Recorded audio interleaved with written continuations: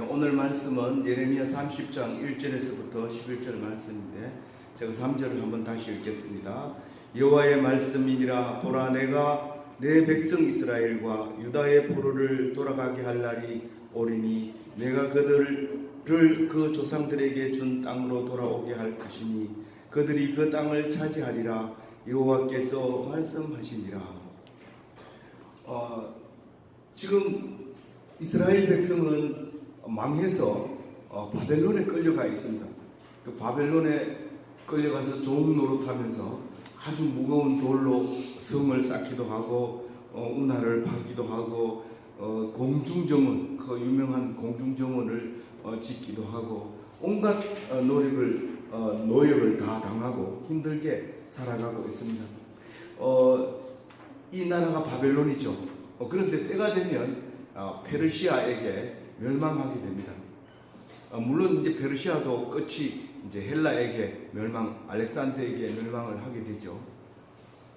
알렉산더, 그 유명한 알렉산더가 죽고 로마가 탄생을 합니다. 로마부터는 여러분들이 잘 알 수 있으리라 생각하고요.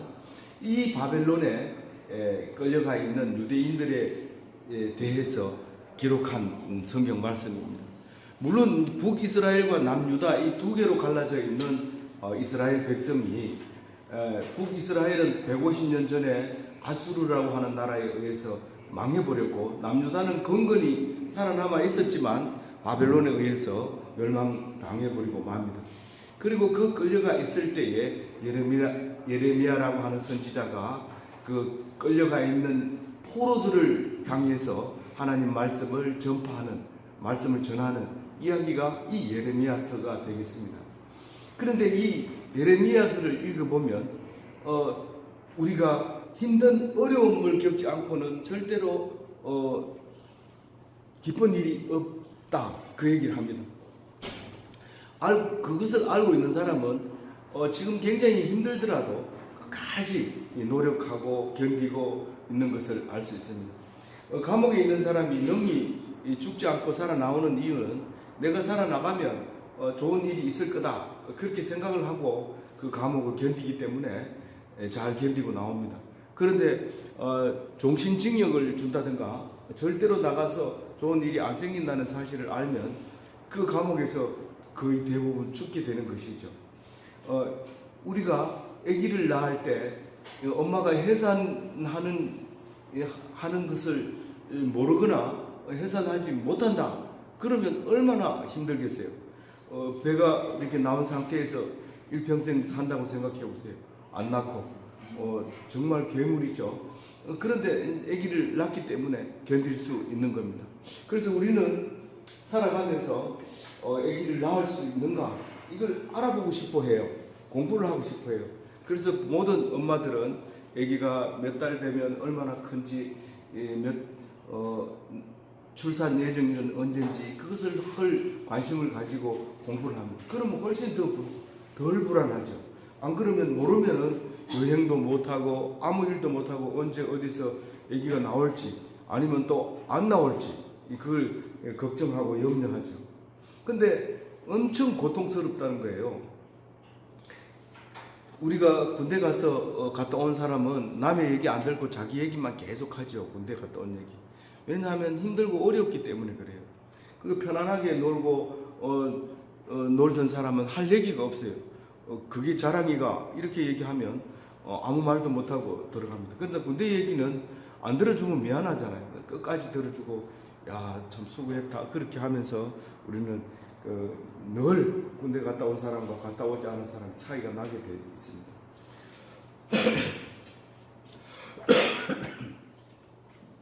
오늘 1절 말씀 보면 오늘 지금 쓰고 있는 이 말은 예레미야에게 말했다, 그렇게 얘기합니다. 누구에게 말해요? 예레미야.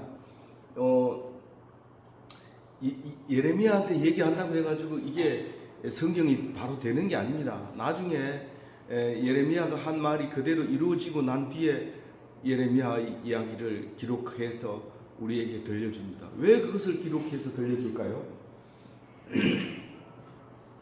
우리를 보고 과거에 이런 경험을 했으니까 너희들이 견뎌라, 그 말입니다. 근데 그 경험을 기록해 놓은 책이 뭐 소설책도 있고 여러 가지 책이 있습니다. 그러나 이 성경보다 더 자세하게 적어 놓은 게 없어요. 그리고 소설은 재미있게 읽도록 만들었지만 성경은 재미가 없어요. 그런데 이것은 꼭 필요하다. 여러분 세탁기를 사가지고 사용 설명서를 읽어보면 재미있나요? 그게? 재미없어요. 그래서 안 읽어요. 보통 그냥 해보고 안 되면 다시 하고 뭐 그렇게 하는 거죠. 휴대폰을 사가지고 설명서를 안 읽으니까 아예 주지도 않더라고요. 이제는 그냥 갖다가 눌러보고 되면 쓰도록 이렇게 만들어 놨어요. 물론 뭐 인터넷으로 찾으면 사용 설명서는 있기는 합니다. 그렇지만 이제 거의 대부분 사용 설명서를 안 줍니다. 성경도 마찬가지입니다. 전에는 이 성경이 목숨보다 귀했는데 지금은 성경을 주면 갖다 내 던져버리고 물은 어디 있는지 모르고 그렇습니다. 그만큼 우리에게는 이 말씀의 귀중함을 놓치고 있는 시대에 살고 있습니다. 그러나 이 예레미야는 목숨을 걸고 하나님 말씀을 기록했다는 사실을 기억하면 우리는 이 말씀이 함부로 읽어져야 될 책이 아니라는 것을 알 수 있습니다. 2절에 보면 이스라엘의 하나님 여호와께서 이와 같이 말씀하여 이르기를 내가 내게 일러준 모든 말을 책에 기록하라. 이 책이라고 그러는데 이때 당시에는 책이 아니고 두루마리였어요. 근데 우리가 알아듣기 좋게 이렇게 책이라고 번역을 한국말로 한 겁니다. 원어는 원래 두루마리로 양피지로 만들어져 있고 그렇게 양의 가죽에다가 쓴 이런 책이죠. 그래서 수천 년이 흐른 뒤에 발견하고 보면 그것이 이제 바짝 말라가지고 건들면 부서집니다. 그래서 특별한 기술이 없이는 펼 수가 없어요. 그래서 그 전문적으로 그런 것을 펴보는 그런 기술을 가진 사람들이 그것을 잘 해서 특별한 경우에는 마이크로필름으로 그것을 분해하면서 사진을 찍어서 이렇게 보게 되는 겁니다.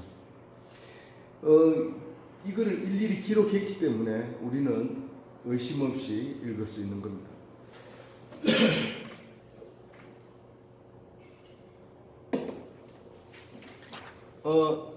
3절에 보면 계속해서 여호와의 말씀이니라 그렇게 얘기합니다. 내가 내 백성 이스라엘과 유다의 포로를 돌아가게 할 날이 오리니. 이 날이 혹시 몇 년째 걸리는 날인지 아는 사람 있습니까? 70년 걸려요.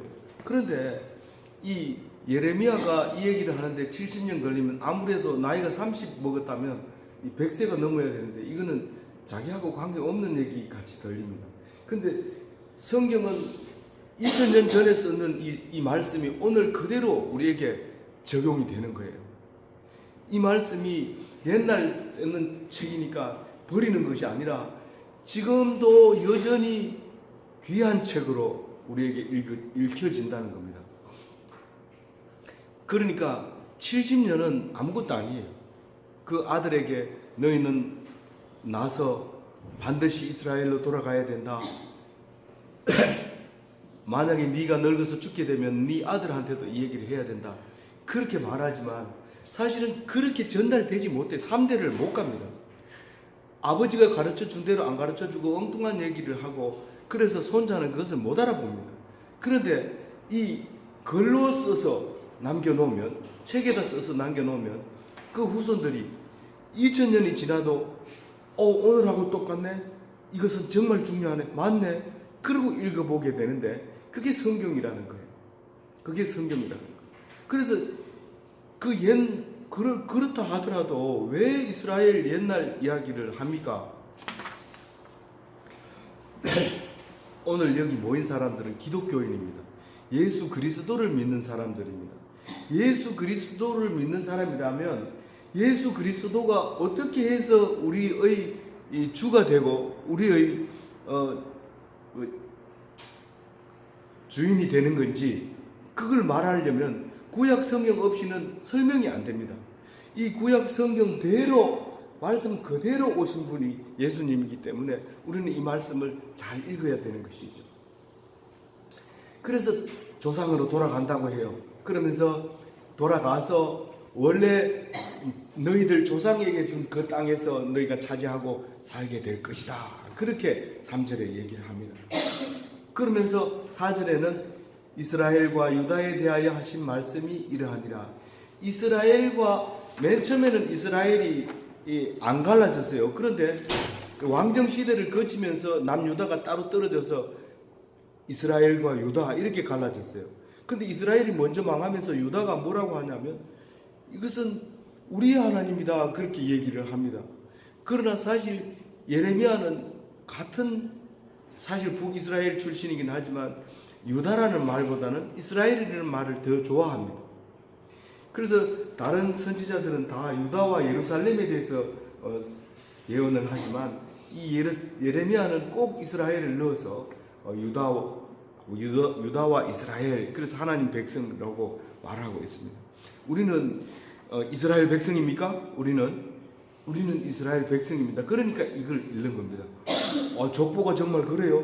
그게 아니라 예수님을 믿는 사람은 예수님이 이스라엘의 후손으로 왔기 때문에 그것을 믿으면 그대로 믿음의 이 후손이 되는 것입니다. 그래서 우리의 그 위로 올라가면 아브라함이고 그 밑으로 내려오면 이스라엘이고 그리고 예수님의 후손이고 이렇게 되는 것이죠. 믿음의 후손이라는 거죠. 그래서 우리는 이것을 꼭 읽어야 됩니다. 이스라엘과 유다에 대하여 하신 말씀이기 때문에 그렇습니다. 4절에. 그 다음에 5절. 여호와께서 이와 같이 말씀하시되 우리가 무서워서 떠는 자의 소리를 들으니 두려움이요 평안함이 아니로다. 여러분 바벨론이 그 큰 나라 바벨론이 다른 나라에게 멸망한다고 생각을 해보세요. 그날이 70년 뒤에 멸망하는 모습을 상상해 보세요. 노예든지 종이든지 포로든지 상관없이 엄청난 두려움이 밀려옵니다. 페르시아 군대들이 골라서 죽일까요? 그냥 폭탄을 갖다가 하늘에서 터뜨리면 다 그냥 구별이 되지 않고 그냥 다 죽습니다. 그래서 무서워서 떱니다. 두려움이 가득 차고 평안이 없는 거죠. 그렇지만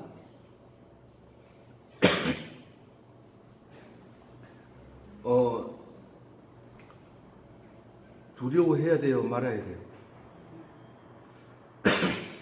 10절에 보면 두려워하지 말라 그래요. 10절에.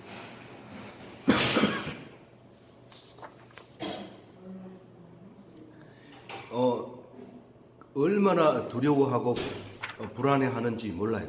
그런데 그것은 꼭 자식을 낳는 여자의 모습과 같다 그렇게 얘기합니다. 우리 여자가 아기 낳으러 방에 들어갈 때 내가 신발을 벗고 들어가면서 저 신발 이 신발을 다시 신을 수 있을까 이런 각오로 들어가서 아기를 낳아요. 여러분들은 아기를 안 낳아봐서 모르지만 낳은 사람이 두 사람 있지만 그렇게 돼요. 그래서 요즘은 들어가면 바로 주사 놓기 때문에 어제 낳은지도 모를 수도 있어요. 저는 뭐 경험을 안 해봐서 말을 못하지만 그렇게 안 돼요. 그렇게 해서 우리가 탄생했어요. 근데 그걸 몰라요, 우리는. 근데 그런 두려움으로 지금 떨고 있는 거다 그렇게 얘기합니다. 그걸 뭐라고 얘기하냐면 여자가 떠는 게 아니라 남자가 떠는 거예요. 남자가 꼭 여자처럼 이 배는 남산만 하니까 손은 허리에다가 이래 대고 이래가지고 얼굴은 어때요? 공포에 질려 있어요. 지금 뭐 내가 죽느냐 사느냐 하니까 얼굴이 새파래져 있어요.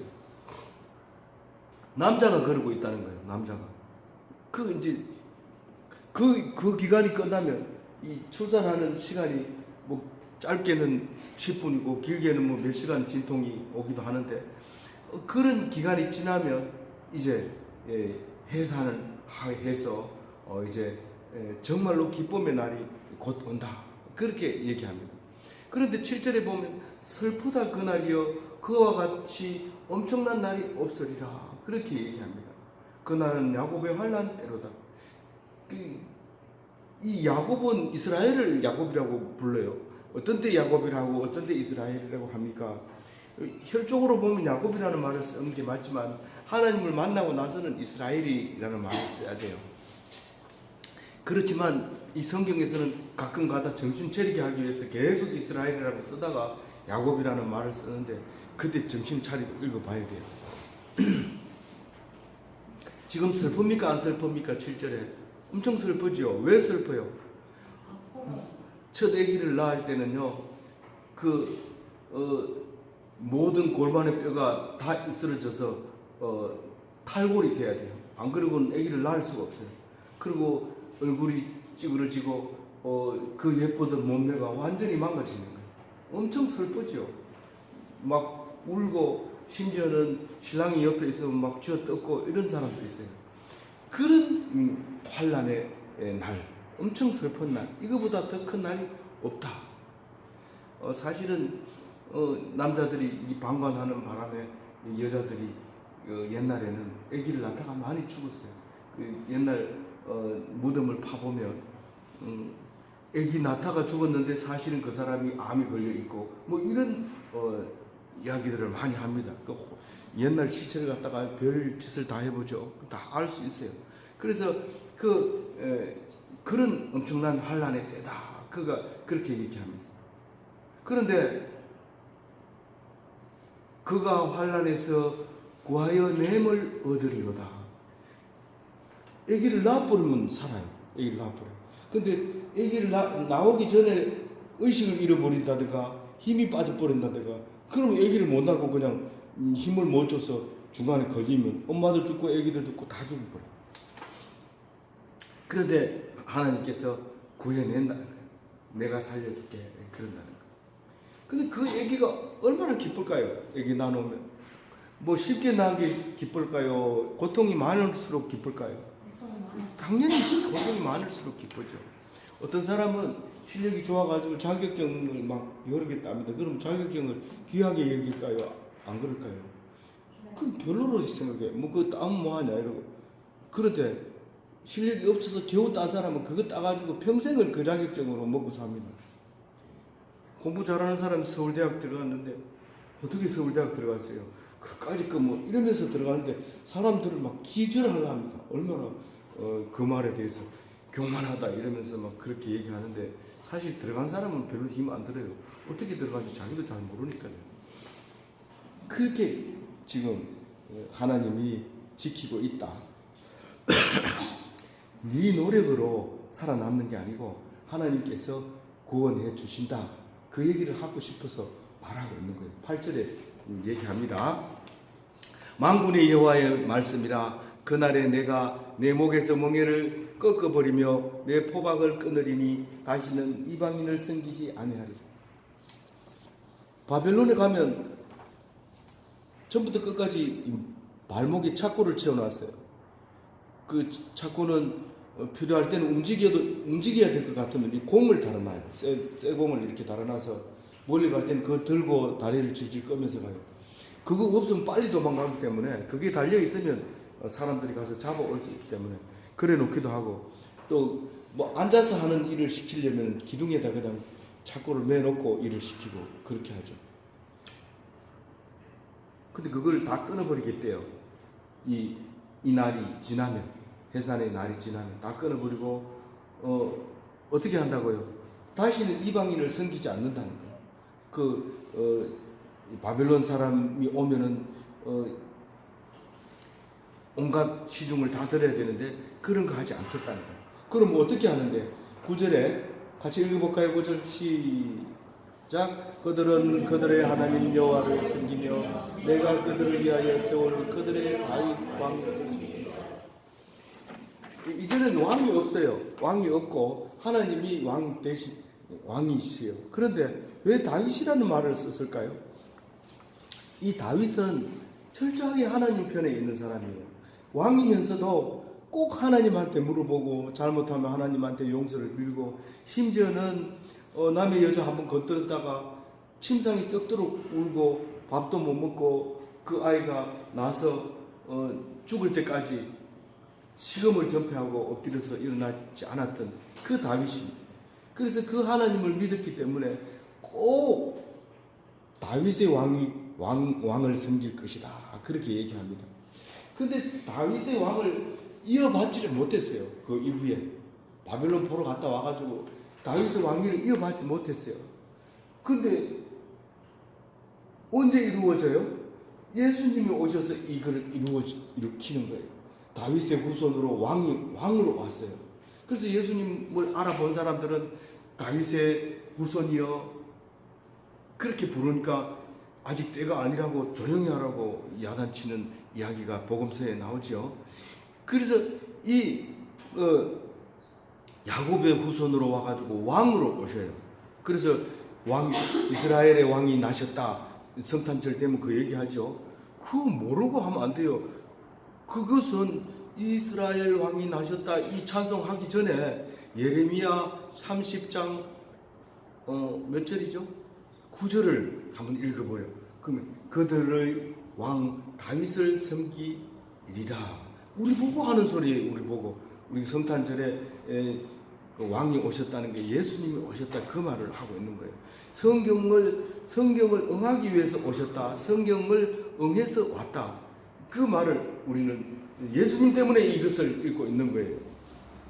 10절에 여호와의 말씀이니라. 그러므로 나의 종 야곱아 너는 두려워하지 말라. 이스라엘아 놀라지 말라.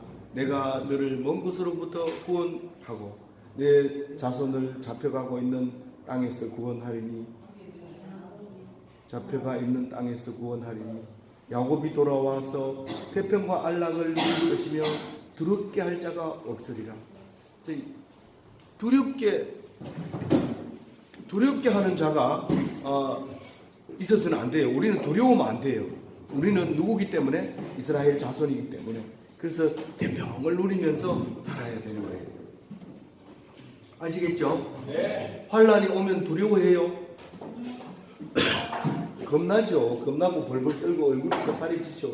그렇지만 더 좋은 것을 주기 위해서 그렇다 하는 것을 잊으면 안 됩니다.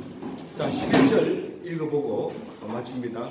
시작. 이는 여호와의 말씀이라. 내가 너와 함께 있어 너를 구원할 것이다. 너를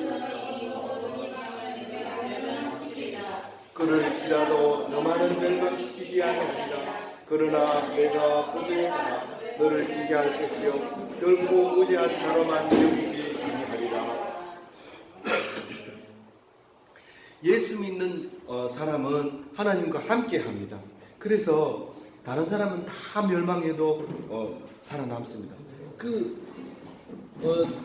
멸망해도 살아남는다는 뜻은 우리는 그 날을 기다려요. 아기 낳는 사람은 아기 낳는 날을 기다릴까요? 안 기다릴까요? 알기 때문에 기다립니다. 그런데 그렇지 않는 사람은 그 날이 올까봐 겁을 내고 있어요. 그래서 그걸 갖다가 마라나타라고 해요. 마라나타 신앙이에요. 빨리 오세요. 그 날을 기다리고 있습니다. 그렇게 하는 게 우리 기독교인의 신앙이에요. 그런데 이 유대인들이 예수님이 오기까지 400년이 걸립니다. 그런데 그 400년 동안 예루살렘으로 돌아간다고 하면서 못 돌아가면서 늘 우리는 시온으로 시온이 예루살렘을 얘기하는 거예요. 시온으로 돌아가야 된다라고 얘기를 합니다. 근데 그걸 갖다 시오니즘이라고 해요. 근데 예수님 오고도 예수를 안 믿으니까 계속해서 2차 대전까지 계속해서 시온으로 돌아가야 된다. 시온으로 돌아가야 된다. 2000년 동안 그런 짓을 하고 있단 말이에요. 400년 말고 2000년 2400년 동안 유대인들은 계속 이 성경을 읽으면서 우리는 예루살렘으로 돌아가야 된다고 얘기를 해요. 다윗의 후손으로 왕위를 줄 것이라고 얘기해요.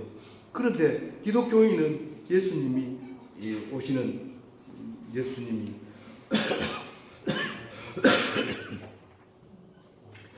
오신 거예요. 그리고 다시 오실 예수님을 기다리고 있는 거예요. 그렇기 때문에 우리는 어떤 고통도 어떤 공포도 완전히 망가져도 우리는 형편없어도 우리는 희망을 잃지 않고 살아갈 수 있는 것입니다. 그래서 그런 기독교인이 되셔야 합니다. 네, 감사합니다.